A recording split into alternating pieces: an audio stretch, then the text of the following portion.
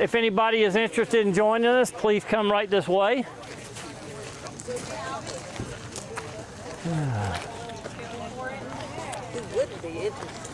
Well, we never know. Everybody comes for different reasons. Well, you got to start with soil first. Well, I think so.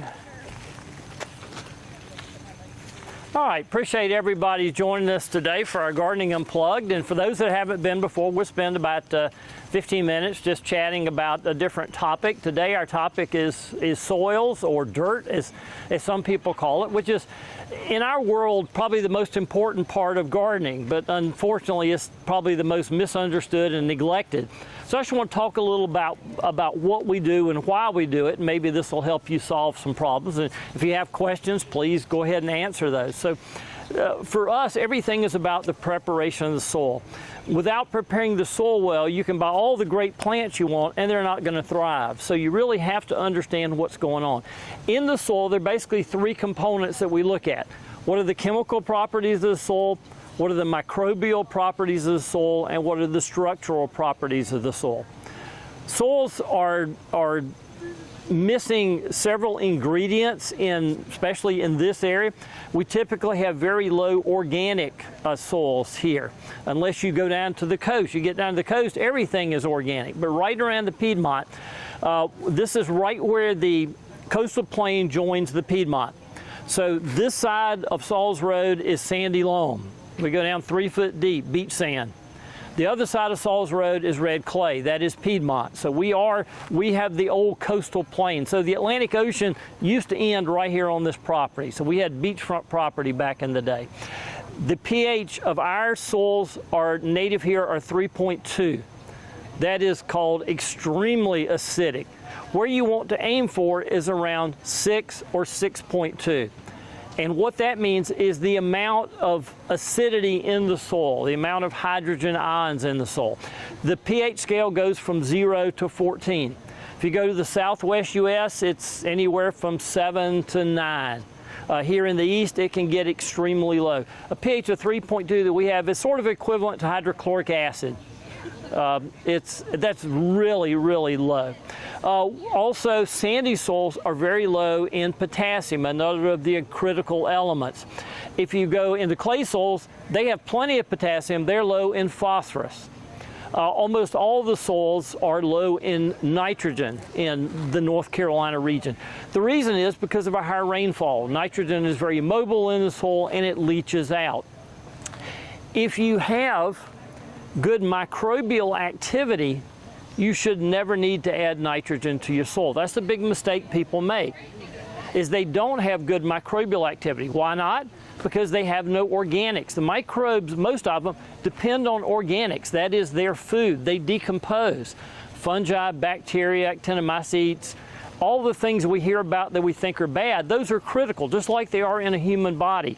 They're critical in the soil. They're the things that take nitrogen out of the air and change it around so the plants can use it. What fascinates me is places where people will pay the city to take their leaves and rake them to the curb, haul them off, and they bring them to us. That is nothing but fertilizer. And that's so they can then go to the Lowe's store and buy bags of fertilizer. You just paid somebody to get rid of your fertilizer and now you're buying more. It's bizarre. The air we breathe is 78% nitrogen. The idea that we have to go put nitrogen on is crazy. It's because we haven't taken care of the soils. So again, microbial activity is huge. We do that by adding compost. Compost is the key. Whether it's clay soils or sandy soils, compost is what. And what is compost? Compost is anything that's dead, that used to be alive. It could be trees, it could be plants, all of that. Anything that you can decompose is going to be great. There is no good and bad compost. Forget the idea that I want this kind of leaves and not this kind. And no. Anything you can decompose is great. So our soil was nutritionally bereft of anything. I mentioned that sandy soils are low nitrogen-wise, low potassium-wise. Our potassium readings, which on a North Carolina test should be a minimum of 55 to be able to get anything to grow. Our readings were 1. So pretty much non-existent. So we started from scratch mixing compost in. Every bed you see on the entire property is mixed 1 foot deep, 50% native soil, 50% compost. Adding compost to a hole does you no good. That has no value. So when you go, you buy 1 bag of black cow and you mix it in, plant your hosta, that has done absolutely nothing. If you're going to do any good, you've got to prepare the entire bed, because you've got to understand where the root system is. And that's what a lot of people don't do. So if we take a tree, like the one I'm standing under, that's a redbud. So if I drop a line right here, this is called the drip line. This is where the rain starts falling when you come out here. So from here to the trunk, it's 6 feet. So the roots from here under there, those are called support roots. The roots that pick up nutrients and water start here and go out the same distance. So another 6 foot. So where you need to prepare your soil is out here, not under there. That hasn't really done you any good, because your roots are not going to stay under there. This is where your root zone is. Same with planting lawns. Reason lawns don't do well in areas that are stressed because they haven't done any soil preparation. That whole lawn is 1 foot deep, 50% native soil, 50% compost. So that, again, that gives you another thing other than microbes that are happy. It gives you air. Air is equally as important as water in your soils. Everybody doesn't understand that. You can water all day long. If you do not have good aeration, your plants will die. This is why if you ever see a yard where people park under a tree, the tree after several years will start dying. It's a gradual process. Trees have to have air. I remember years ago in Raleigh off Wade Avenue, they had built a big subdivision, big fancy subdivision, and they drove the tractors over all the trees, mature oak trees. 5 years later, I started getting letters. I wrote a garden column. Why are all the oak trees dying in the subdivision? I said, because you pressed all the air out of the roots. You drove your equipment over those, and now they're all dead. Air is everything to the roots. So go look, anytime you drive down the road and you see somebody parking under a tree, if they've been doing it long, that tree will die. There's no ifs, ands, or buts, because you are pushing that air out. So air, nutrition. If you haven't done soil tests when you prepare your soil, do a soil test. North Carolina, they are free. As long as you don't send them the same couple of months that the farmers are sending them, they're absolutely free. I think when you do, they're like $5 if you're, because then they have to hire too many extra people. Get your soil test done, and then add what you're going to add organically. Because if you don't, if you do it chemically, are you going to get the plants to grow bigger? Absolutely. But soil preparation is just like food. If all you ate would be Snickers bars, would you become larger? Yes. Would you be healthy? No. So think of whatever you're adding. So lose the Miracle Grow, the Osmocote in the ground. If it does not benefit the microbes in the soil, you should not put it out. Anything you want, how is it going to benefit those microbes? Because again, that's what keeps things happy. The fungi eat the bacteria eat the actinomycetes, everything eats each other. It's this wonderful balance in there. But if you don't have healthy soils, all of that will die, and then your plants are not going to be happy.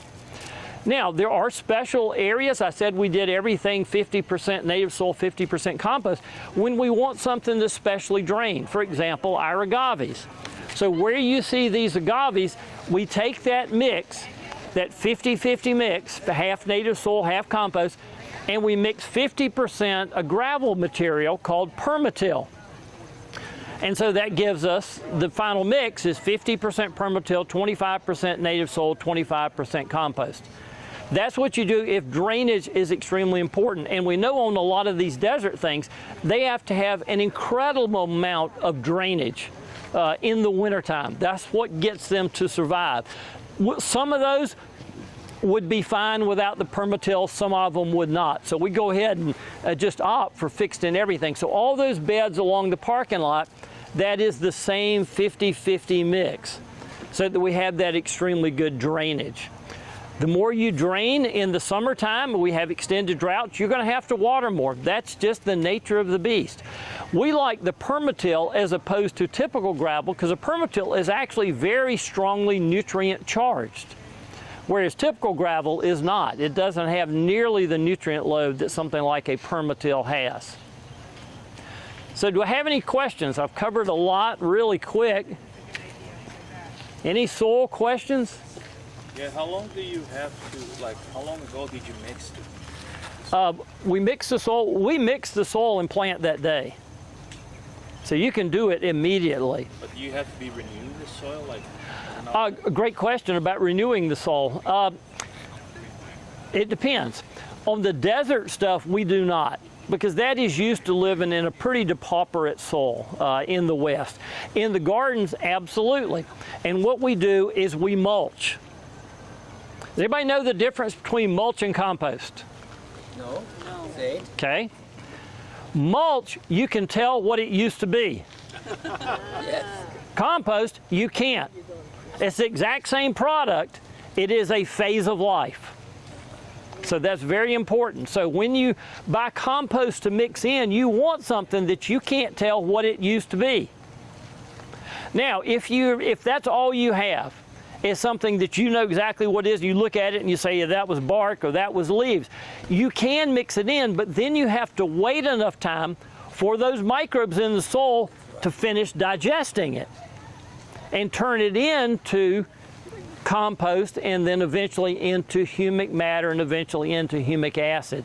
So if you pile compost up on a soil and just leave it for years, eventually it'll decay down as those microbes eat on it, and then you can take the soil and cut away and you can see the color change as that compost begin to go into humic acid and get its way down through the soil. That takes years, which is why it's important to mulch every single year. That way you're on a constant cycle, you're constantly feeding and replenishing that soil. So if you're just getting started and you have some compost that's not fully decomposed yet, then that's when you want to go in and add some fertilizer. But what I would encourage you to do is not use chemical fertilizers that are salt-based, but use organics. There are plenty of products out there. We happen to like Plant Tone. That's a product from a company called Espoma. They make all organic products. Nothing wrong with adding the organics, but if you take care of your soil correctly, you won't even need those.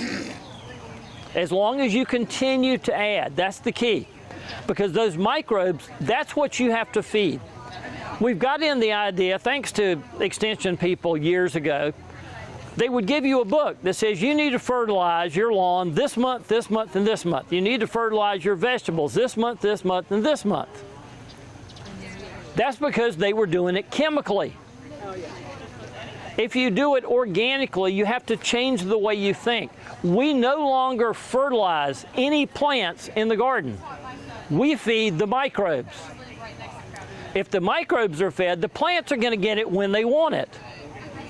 When I grew up, I was taught, well, you shouldn't fertilize azaleas in the fall. You shouldn't fertilize this plant in the fall because then they'll start growing. That's if you do it chemically, because the chemical fertilizers, for the most part, are very fast release. But by using organics, all you're doing is feeding the microbes. When the plant wants it, needs it, it's going to be able to get it. And that's the key. You totally forget the whole idea of fertilizing plants. Unless they're in containers. If they're in containers, that's a different matter. But if they're in the ground, feed the microbes. Yes? So I'm one of those that rakes my leaves to the street and lets the town pick them up. Because I have a bajillion of them. Yes, What do I do with them? Because they don't break down quickly. They're just there in piles in my yard. Start a compost pile. Share them if you have a community garden. But to send them to the landfill is just bizarre. Well, we all do things like that until we know better, and that's the key, and that's why we're here, is to try to share the information that we've learned through the years. We appreciate all the people in the town of Garner that send us their free fertilizer. It is just great. I get probably 200 dump truck loads a year of free fertilizer. How awesome is that? Yeah. What do you think about peat moss? Peat moss. Peat moss, back in the 70s, peat moss was a real status symbol for gardeners. And what the gardeners would do in the rich parts of Raleigh, they would buy their peat moss and they would stack it out by the end of their driveway for like a week so all their neighbors could see what a good gardener there was based on how much peat moss they bought. Peat moss, number one, is dead.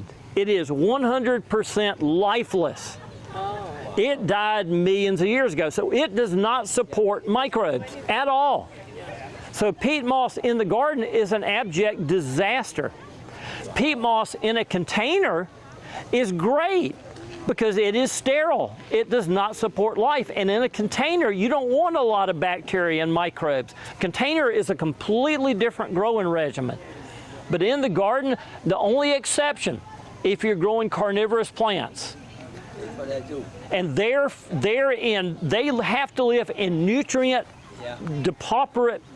poor soils. That's where you use your peat moss. But anything other than carnivorous plants and potted plants, there's never a time to use peat moss. It's a great material for containers. What do you use for your pitcher? For which one? For your pitcher plants? Same thing, pitcher plants is the peat moss. So either straight peat moss or 50% peat moss, 50% sand. But what you want to do is keep nutrients out of the carnivorous plants. They do not like nutrients. Why not? Explain. They die. It kills them. They're just not designed. All plants originate in a particular habitat, and they adapt themselves to be able to grow in that habitat where they won't have competition. And pitcher plants said, nobody's growing here in these peat bogs because there's no nutrients. So let's just jump in here and grow here because we have no competition. And we know that we can figure out this feeding, what little nutrients. We're just going to develop this chemical around here that attracts bugs. And we're just going to basically dissolve the bugs. And that'll give us all the nutrients and screw the soil. So they got a great idea figured out. And not many other plants have adapted to be able to grow there. So great question. Pine wood chips versus hardwood chips. Pine chips versus hardwood. In terms of it as a compost, all of it will decompose about the same. It's just a matter of time. Pines have a lot more resins. They may take longer. Wood, if you have a lot of wood fiber in it, that's got a lot of lignins. That's going to take a little longer to decompose. All of that works fine.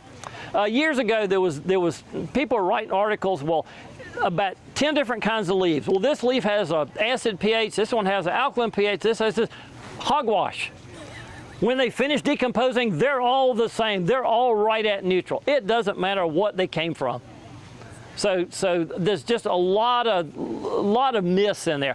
Pine straw is really slow to decompose. I mean, incredibly slow. Can you eventually get it to compost? Yes, but it probably makes the worst compost of anything imaginable in this region. It's beautiful. But if you're depending on your mulch, as we talked about, to generate microbial activity by decomposing, pine straw sucks. I mean, put your good mulch down there and then put the pine straw on top for ornament. Because I love the look of pine straw, but it really is not good for generating any kind of good microbial activity. Great questions. Any other questions? How often do you test your soil, or do you think homeowners should test their soil? Great questions. How often to test? Once you get your soil stable, once every 3 years is fine. If you're changing things a lot, I'd probably do it every year. And you do need to be careful, because if you're on an acidic soil like ours, if you overdo it, that is a much worse problem than underdoing it. If you get your pH too high, getting it dropped it may take you decades. You do not want to get it too high. And how do you get it high? There are basically 3 things around here that you can raise it with: calcium, magnesium, and potassium. You got to be very careful with potassium. You can get the pH up way too high. Magnesium. Years ago, everybody was writing, if your plants aren't growing well, put some Epsom salts on it. It doesn't matter what was actually wrong with them. Epsom salts cures everything. No, it does not. That's like going to the drugstore and buying a drug because you like the packaging and taking it without having an idea what was wrong with you. Epsom salts raises the pH. If your pH is already where it needs to be and you put Epsom salts on it, you're going to lock up a bunch of other nutrients, and then you're going to have a mega problem. So do not. That is not a cure-all. Oh my God, when I helped with the master gardeners, we get phone calls. Well, I put some Epsom salts out every year. Oh my God, you probably just ruined your soil. So calcium, same thing. You need to do a soil test, because if you get too much in there, it is a problem. Every soil has a different buffering capacity. So if you don't get your soil test done, they will tell you the buffering capacity of your soil. Soil A and soil B, they may look the same. One might require 10 pounds of lime to be able to raise the pH where you want it. The other one might require 150 pounds. There's that much difference. And that buffering capacity is called CEC on your soil test, cation exchange capacity. It's the ability of the soil to exchange nutrients. We do a class on this in November. It's a 2-hour class. We get into a lot more detail, the whys and wherefores, but the soil tests are absolutely essential. You've got to, again, putting something out without doing it is like taking a medicine without going to the doctor. It's not a really good idea. I don't know many people that are good at self-diagnosis of soil. Yes? Even though I'm a very seasoned gardener, I have never gathered soil. Yeah. Soil test. Yeah. Now, Yeah.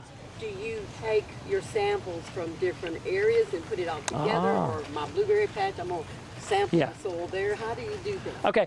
It depends on what you're growing and how the area was prepared. So yes, if you've got a blueberry patch, take a separate sample there. So let's say your blueberry patch is 20 by 10. Take at least 3 samples from that patch, mix them together, and then distill your sample from there. You never want to take just one sample from the area, because it might be where you dropped that bag of fertilizer 10 years ago and you forgot it, and it's going to give you a completely screwy reading. Now, if you've got an undeveloped lot that all looks pretty much the same soil type, you can take your 3 samples throughout that 10 acres. For us, we take every single bed separately, so we take almost 300 soil tests. Because each bed was prepared at a different time, so we have no choice. But now, when you take your soil test, do not take it in a tin bucket. Take it in a plastic bucket, because tin buckets are actually made out of aluminum, and when you're mixing your soil up, you'll scrape some aluminum off, and they'll come back and tell you your soil is toxic and you need to move and sell your property. Very important safety tip. But yeah, the soil tests are just absolutely incredible. Every ornamental border needs its own test. Yes, I would. Yeah, and there's great info online. If you just search NC soil test, there's a 7-minute video. Yeah. And your extension, look up your county extension office, and they can help you do that. And if you name your beds the same thing every year, it's nice. You can get organized like Tony, and you can check it every 3 years. Now, a lot of states charge anywhere from $25 to $50 per sample. North Carolina is free. To not take advantage of that is absolutely crazy. I mean, that is a very expensive test. To measure it with the pH paper. Uh-huh. Could you measure your pH with the pH paper? Can you measure pH with paper? Yes, you can absolutely measure pH. pH in and of itself is a worthless number. That doesn't tell you why the pH is there. Okay. So you don't, it's not a matter of where the pH is, it's why the pH is there. Because you could have a pH at 6 and you could have tons of potassium and no calcium, no magnesium. Your plants won't grow even though the pH is perfect. You could have some other nutrient out of balance that doesn't affect pH. So pH in and of itself is just a worthless number. When we do the class, we'll have soil tests. You can actually see you generally want a 7-to-1 calcium to magnesium ratio, 6-to-1, 7-to-1. If you have that, then your soil is going to be great, and you know the pH will be right without even looking at the pH. So it's more about the calcium-magnesium ratio than it is the pH itself. Great. So in this area, as Yeah. you said, we are lucky to have free testing. Yes. So would that happen during through an extension office? Yes, you can take it through the extension office, any county, and then they take it to the Department of Agriculture, which is right beside the fairgrounds, or the art museum actually, on Blue Ridge Road, and they'll test it for you. As I said, the farmers generally want to do theirs from November through February. So that's when they say, if you bother us when we're testing for the farmers, we're going to charge you $5 just to keep you from doing that. But the rest of the year is free. Yeah, it takes a lot longer too when the farmers send in thousands and thousands. Absolutely. So no, they're trying to incentivize you to send it in a slower time of year. So here's a follow-up question I have. So we're in the process of trying to find a home. And for me, I'm more interested in the yard than I am of the house. I don't care. I'll leave that decision to everybody else. But so my question is, we've looked at places that have was once a farm. I have no idea what kind of growing practices they had. And we've looked at places, new construction, where, you know, all the trees have been decimated and you're with a bunch of mud. Yes. What is better? Great question. To start with. Okay, you can start with either one. It's not a matter, it's a matter of understanding what happened. Okay. When we bought this was a tobacco farm. This had been farmed for 100 years.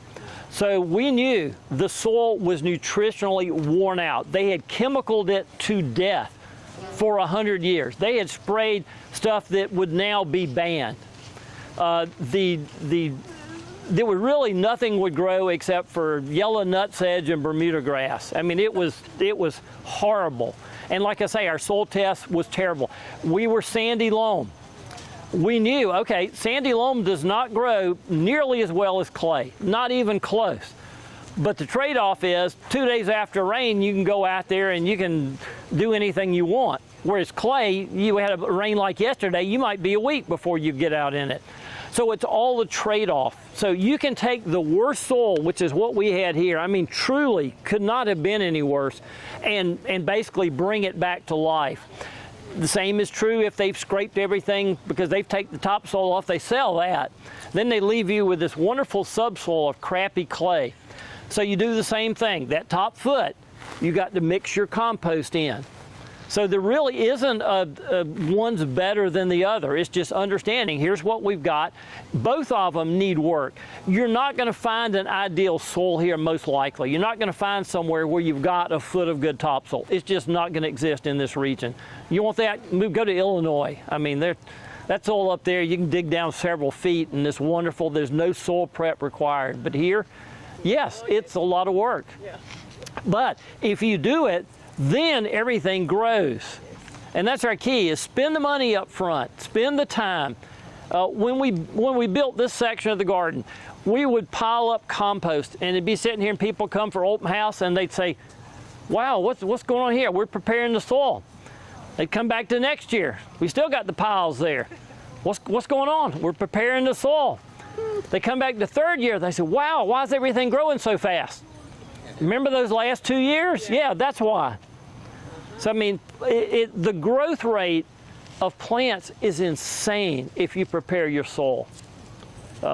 We typically will see sizes 3 times what the reference books say, and it's all because the soil was prepared. It makes a huge difference. And you're only talking about a foot. Anything below a foot, you really don't care that much about. Because roots, it's almost no roots that go below a foot in our climate. You know, next time you see a hurricane, look at all the trees that blew over. What do you see? They got pancakes on the bottom of them, 1 foot deep. They just, the plants just don't go any deeper around here. So again, long question, but it doesn't matter. Just understand what you're buying and you can work with any of it. The key with clay, if you're trying to work it and add compost to it, it can't be dry. You'll take that tiller and you will bounce up and down. You'll never make a dent. So you got to wet it really thoroughly, let it dry out for 1 day, then you can go in and mix with it. Then it's great. But there's nothing worse than trying to dig a hole in dry clay. It just ain't happening. Other questions? Great questions. Okay. Great information. Okay. thank y'all for coming. We'll be around the garden if you have other questions. Yes. Thank you. Thank you. All right.